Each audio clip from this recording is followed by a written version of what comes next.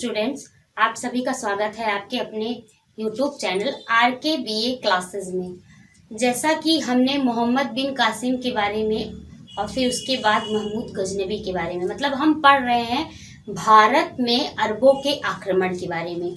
उसमें हमने 2 पर्सन को कवर कर लिया था। पहला था आपका मोहम्मद बिन कासिम और दूसरा जो था आपका वो था महमूद गजनवी। ठीक है, तो अब आज हम अपने तीसरे टॉपिक पे बात कर रहे हैं। तीसरे टॉपिक पे भी हमने आपको महमूद गजनवी के बारे में पढ़ा दिया है अपने पिछले लेक्चर में। ठीक है, लेकिन उसके आक्रमणों के बारे में रह गया था, बताना था आपको। ठीक है, तो मैंने कहा था कि वो वीडियो बहुत ज़्यादा लॉन्ग हो जाएगी, लंबी हो जाएगी, इसलिए मैं आपको छोटे छोटे पार्ट्स में वीडियो दे रही हूँ ताकि आपको वो देखने में, याद करने में, समझने में ज़्यादा प्रॉब्लम ना हो। ठीक है, इसलिए आज हम अपने महमूद गजनवी के सेकंड लेक्चर पे बात कर रहे हैं और वो है भारत में महमूद गजनवी के आक्रमण के बारे में। ठीक है, गजनवी का भारत में आक्रमण।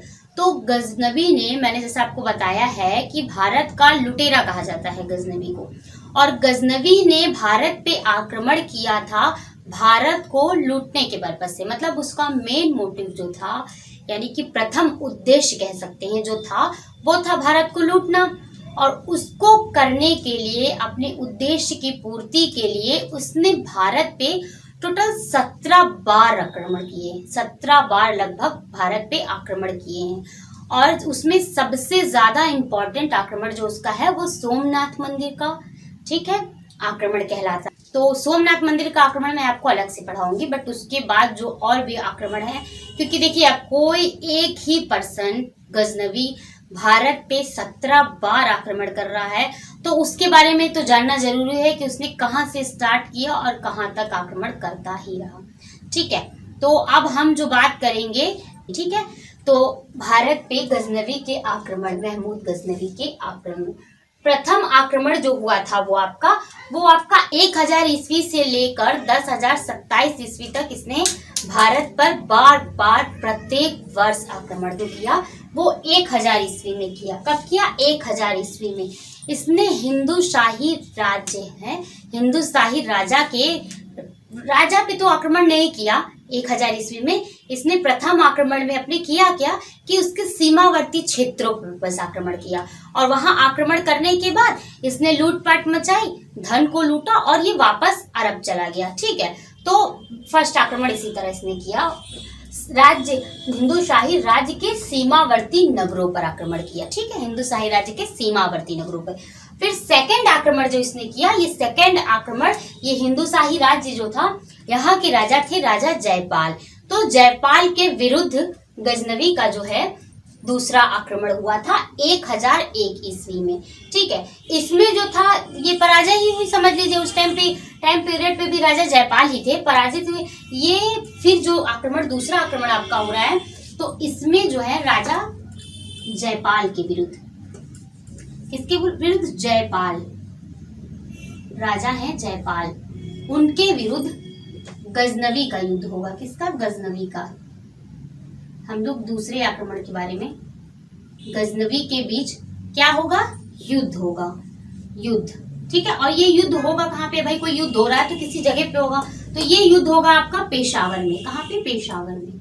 पेशावर में ये युद्ध होगा। ठीक है, और इस युद्ध में जो जयपाल हैं इनकी पराजय हो जाएगी। जयपाल की पराजय हो गई, जयपाल हार गए। क्योंकि जयपाल पहले भी अपने राज्य के सीमावर्ती क्षेत्रों को नहीं बचा पाए थे, और दोबारा से इन्होंने अपना राज्यपाट खो दिया, पराजय को स्वीकार किया। तो इसकी आत्मग्लानि इनके अंदर इतनी ज्यादा हो गई थी कि इन्होंने क्या किया? इन्होंने आत्मदाह कर लिया।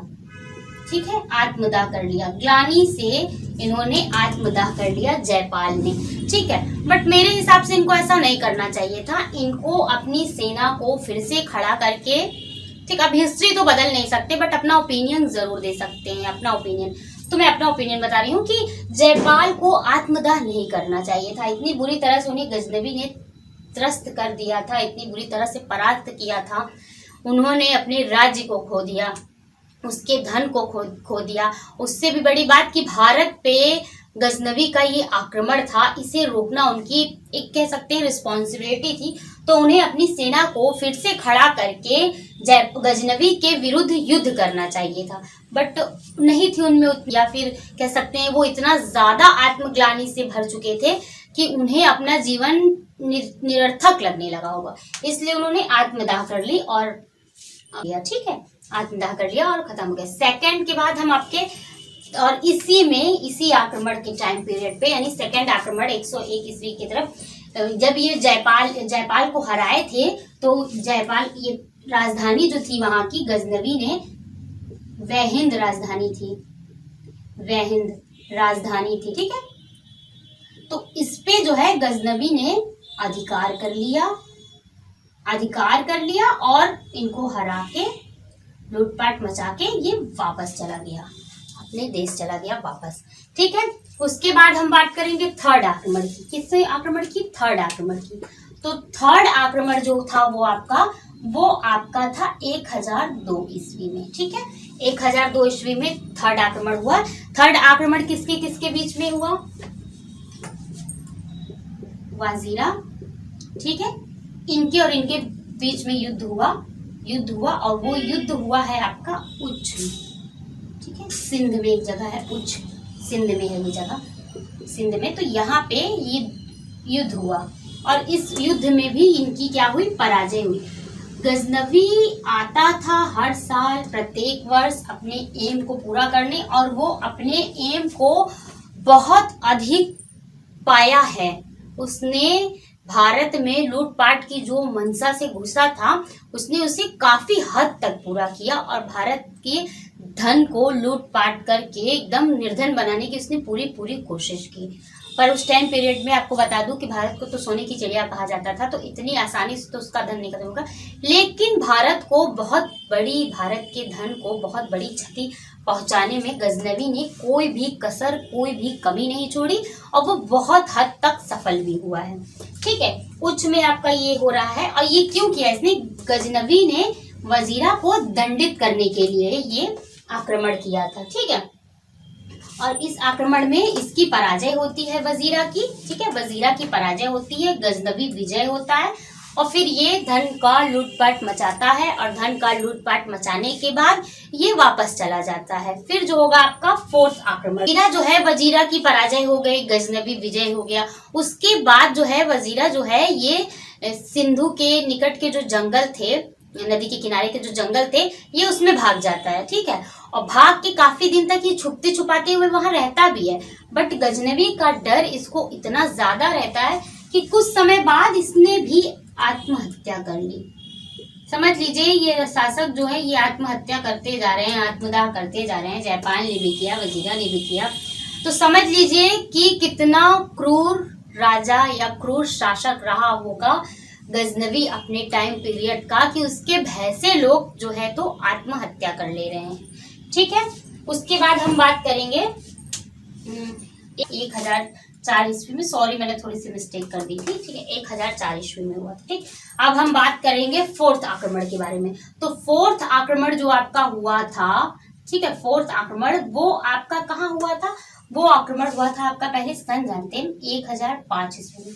प्रत्येक वर्ष आने का निर्णय, 4 के बाद ऑब्वियसली ये 5 में ही आएगा, ठीक है। कुछ कारणवश कभी कभी रुक भी जाता है, हर वर्ष नहीं आता है, पर इसका उद्देश्य था हर वर्ष भारत पे आक्रमण करना। तो 2005 ईस्वी में इसने आक्रमण किया, और इसने आक्रमण जो किया वो कहाँ पे किया? ठीक है, दाऊद वहां के शासक थे, ठीक है। और आक्रमण कहाँ पे हुआ? मुल्तान में हुआ, ठीक है। यहाँ पे भी दाऊद की पराजय होती है और दाऊद को गजनवी की अधीनता स्वीकार करनी पड़ती है। इसने आत्महत्या नहीं की या फिर किसी तरीके का कुछ नहीं किया, इसने उसके अधीन होना स्वीकार किया, ठीक है। अधीनता गजनवी की अधीनता जो है दाऊद स्वीकार कर लेते हैं कि हाँ ठीक है, हम आपके अधीन हो चुके हैं, ठीक है। मुल्तान में जो युद्ध हुआ, गजनी दाऊद के विरुद्ध इसने क्या किया था? इसने मोर्चा निकाला था दाऊद के विरुद्ध, ठीक है, मोर्चा निकाला था और उसमें उसने इसकी अधीनता स्वीकार करके अपने आप को इसके अधीन स्वीकार कर लिया। उसके बाद जो आनंद पाल के विरुद्ध गजनवी की एक और व्यक्ति से लड़ाई होती है, किससे होती है? वो होती है आपकी आनंदपाल से। ठीक है, आनंदपाल से भी युद्ध होता है, गजनवी वर्सेस आनंदपाल, इसी टाइम पीरियड में 1005 ईस्वी में ही। ठीक है, तो इस युद्ध का परिणाम क्या निकलता है, इसमें भी जो है तो आनंदपाल की क्या होगी, पराजय होगी। ठीक है, पराजय हो गई। और ये युद्ध आपका होता है भटिंडा में। ठीक, भटिंडा में ये युद्ध हुआ और आनंदपाल पराजित हुआ और आनंदपाल वहां से भाग निकला। ठीक है, उसके बाद एक टाइम आएगा जब दाऊद है आगे के आक्रमणों में, दाऊद ने अभी अधीनता स्वीकार की है 1005 ईस्वी में, आगे जाके दाऊद भी अपने आप को स्वतंत्र घोषित करेंगे। ठीक करेंगे, तो फिफ्थ आक्रमण आपका हुआ है 1007 ईस्वी में। ठीक है, कब हुआ, 1007। सुखपाल जो है ये पौत्र हैं जयपाल के। सुखपाल कौन है, जयपाल के पौत्र हैं।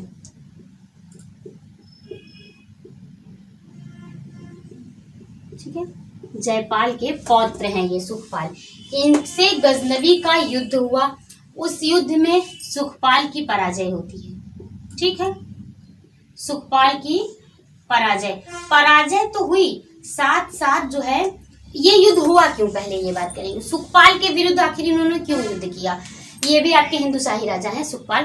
तो देखिए, ये युद्ध होने का मेन कारण था एक टाइम पीरियड में जब सुखपाल को गजनवी हिंदुशाही राज्य पे अधिकार कर लेता है, तो सुखपाल को ये क्या करते हैं, इस्लाम धर्म ग्रहण करवा देते हैं और इस्लाम धर्म ग्रहण करवाने के बाद इनको अपने अधीन भी कर लेते हैं। पर एक टाइम पीरियड ऐसा आता है कि सुखपाल धीरे धीरे अंदर ही अंदर अपने आप को मजबूत करता है।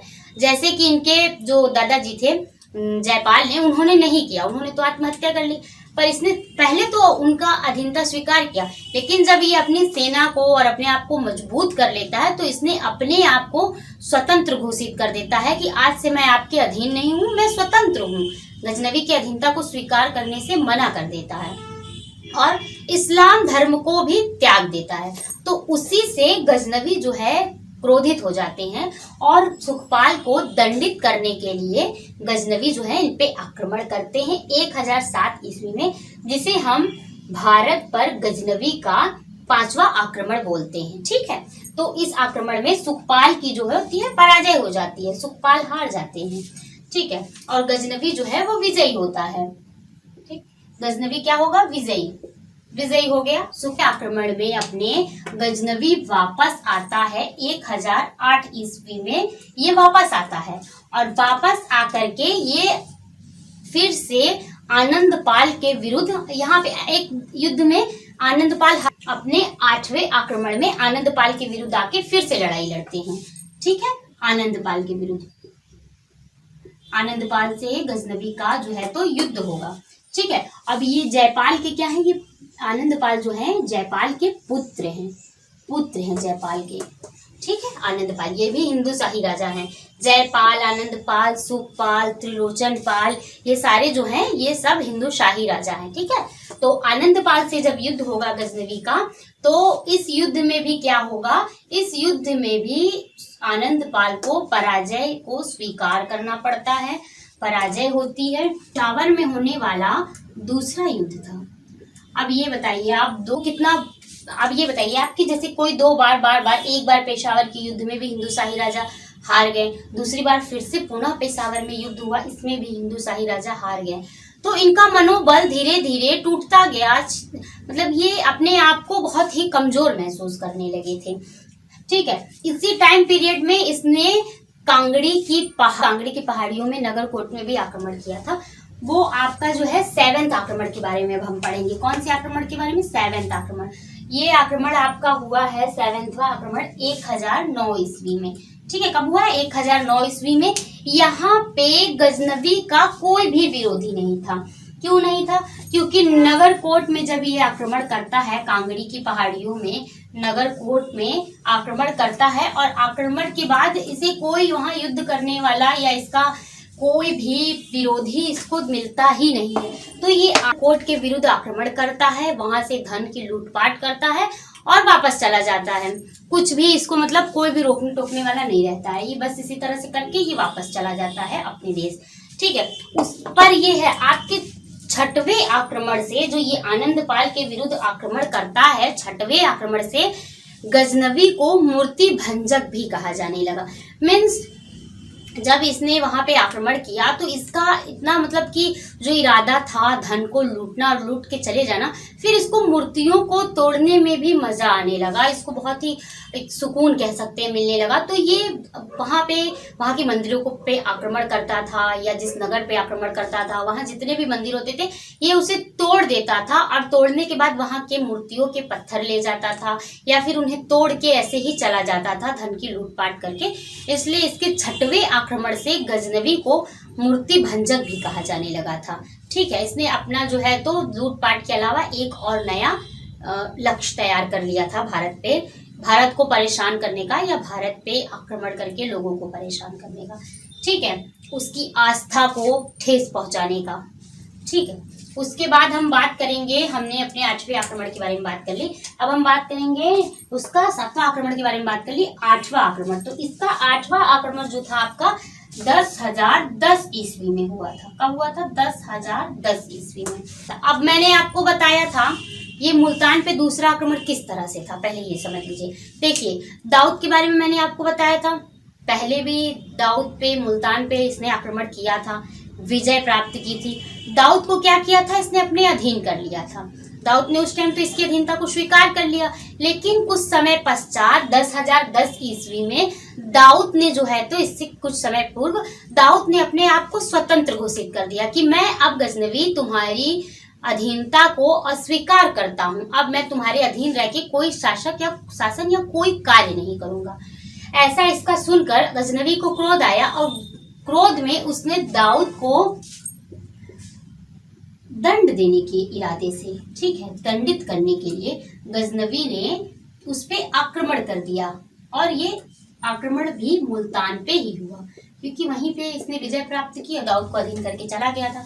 ठीक है, मुल्तान पे। पर हुआ क्या कि इसके बाद जो है तो दाऊद ने इससे दोनों के बीच में युद्ध किया, इसने दाऊद को परास्त किया, पराजय हुआ दाऊद। उसके बाद इसने क्या किया, अब इसने मुल्तान पे कब्जा कर लिया।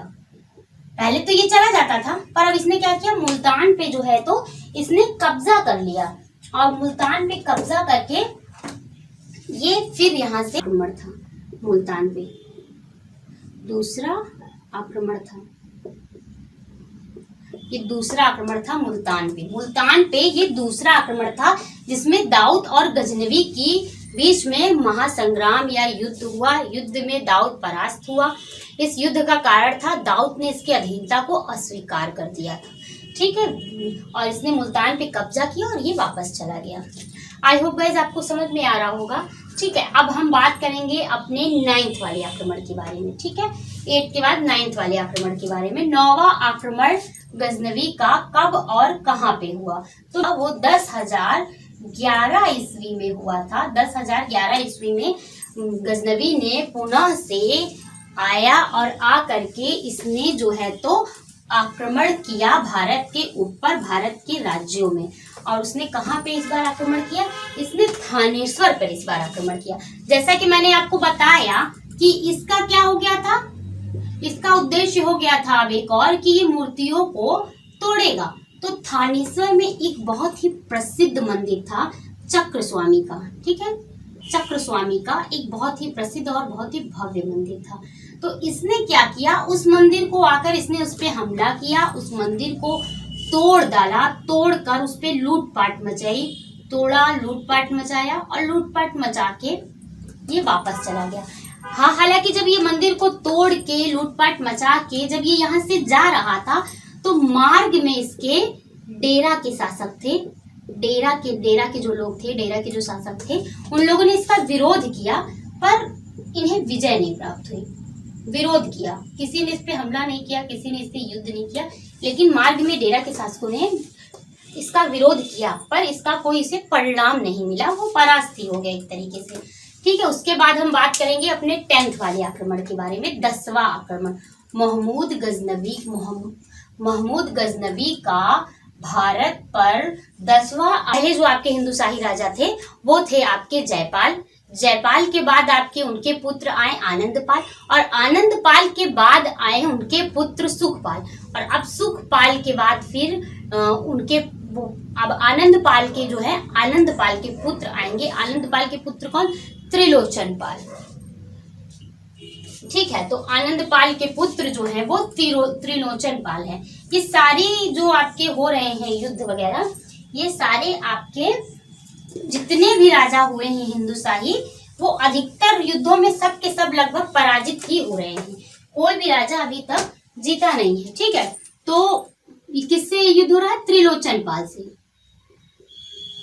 त्रिलोचन पाल, त्रिलोचन पाल वर्सेस गजनवी। गजनवी और त्रिलोचन पाल का युद्ध होगा। ये युद्ध होगा, इस युद्ध का परिणाम क्या होगा? सारे युद्धों की तरह इस युद्ध का भी परिणाम होगा, त्रिलोचन पाल क्या होंगे? पराजित हो जाएंगे। ठीक है, त्रिलोचन पाल पराजित हो गए। अब त्रिलोचन पाल लूटपाट मचा करके, धन को ले करके ये वापस जो है वापस अपने अरब देश में चला जाएगा। उसके बाद इनका 11वां आक्रमण जो होता है वो होता है आपका 11वां आक्रमण 10,015 में, 10,015 ईस्वी में इनका 11वां आक्रमण होगा। अब ये त्रिलोचन पाल के जो पुत्र हैं भीमपाल, उनके विरुद्ध होगा। किसके विरुद्ध? भीमपाल के विरुद्ध होगा। भीमपाल वर्सेस गजनवी युद्ध होगा। इस युद्ध में भी भीमपाल पराजित हो जाएंगे, पर ये युद्ध होगा कश्मीर में। कहाँ पे होगा? कश्मीर में। ये युद्ध आपका कश्मीर में होगा, गजनवी वर्सेस भीमपाल। ठीक है, भीमपाल पराजित होंगे। ये युद्ध आपका 10,015 ईस्वी में होगा। भारत पर किया गया गजनवी का ये 11वां युद्ध था जो भारत के विरुद्ध उसने किया और उसे जीता भी। और अपनी मंशा को में आगे बढ़ते हुए इसने भारत पे बहुत ही बुरी तरह से लूटपाट की, और लूटपाट करने के बाद भारत से सोना चांदी लेकर के ये वापस चला जाता है। ठीक है, जब अपने नगरकोट पे आक्रमण किया था जहां इसका कोई विरोधी नहीं था, तो कहा जाता है कि नगरकोट से गजनवी को काफी सारी स्वर्ण मुद्राएं, चांदी के पात्र और फिर काफी सारे सोने, कितने मन सोने ये वहां से लेकर के जाता है। तो समझ लीजिए कि भारत उस टाइम पीरियड में अपने आप में कितना धनवान और कितना परिपूर्ण रहा होगा आर्थिक दृष्टिकोण से, जो भारत में गजनवी ने इस कदर लूटपाट मचाई। उसके बाद भी, इसके बाद कई अन्य शासक आए हैं, आने के बाद उन्होंने भी लूटपाट मचाई है, फिर भी भारत की स्थिति उस टाइम, आर्थिक स्थिति कितनी ज़्यादा स्ट्रांग रही होगी, ये हम सोच सकते हैं हिस्ट्री के इन टॉपिकों को पढ़ने के माध्यम से। गाइस, मैं आपको समझा रही हूँ, याद करा रही हूँ और इस मोटिव से पढ़ा रही हूँ कि आप जो है तो इन चीज़ों को अपने माइंड में इस तरह से सेट कर ले कि कोई भी आपसे कभी भी पूछे कि भारत पर गजनवी का आक्रमण कब से स्टार्ट हुआ, 1000 ईस्वी से लेके 10,027 ईस्वी तक कौन से आक्रमण कब हुए, किसके विरुद्ध हुए, ये आपको याद। सबसे इम्पोर्टेंट तो इसमें सारे राजा जो है पराजित ही होते जा रहे हैं। ठीक है, हिंदुशाही जितने राजा थे वो सब के सब पराजित हो रहे हैं। तो ये बात आप ध्यान में रखिएगा कि गजनवी हर युद्ध में जीतता है और इसका लास्ट और अंतिमवा युद्ध आपका होगा 10,027 ईस्वी में। ठीक है, तो 11 आक्रमण के बारे में बात कर ली है। अब आगे के आक्रमण के बारे में हम अपने नेक्स्ट वीडियो में बात करेंगे, क्योंकि सोमनाथ मंदिर का जो आक्रमण है वो 16वां आक्रमण, वो मैं आपको बहुत ही अच्छे से पढ़ाऊंगी। तो ये वीडियो काफी लंबी होती जा रही है, जो मैं नहीं करना चाहती हूँ। ठीक है, तो आप इसको देखिए, समझिए, आगे का मैं आपको नेक्स्ट वीडियो में दूंगी। अगर आपको मेरी वीडियो अच्छी लगी हो तो चैनल को सब्सक्राइब कीजिए, वीडियोस को लाइक कीजिए, बेल आइकन प्रेस कीजिए, ताकि आप तक कोई भी नोटिफिकेशन तुरंत पहुंचे जब मैं अपने चैनल पे कोई भी वीडियो डालूं आपके लिए। ठीक है, मेन उद्देश्य है आप तक अपनी जानकारी को पहुंचाना, जो मैं अपने तरफ से पूरी कोशिश कर रही हूं। तो प्लीज़ सहयोग कीजिए मेरा। धन्यवाद।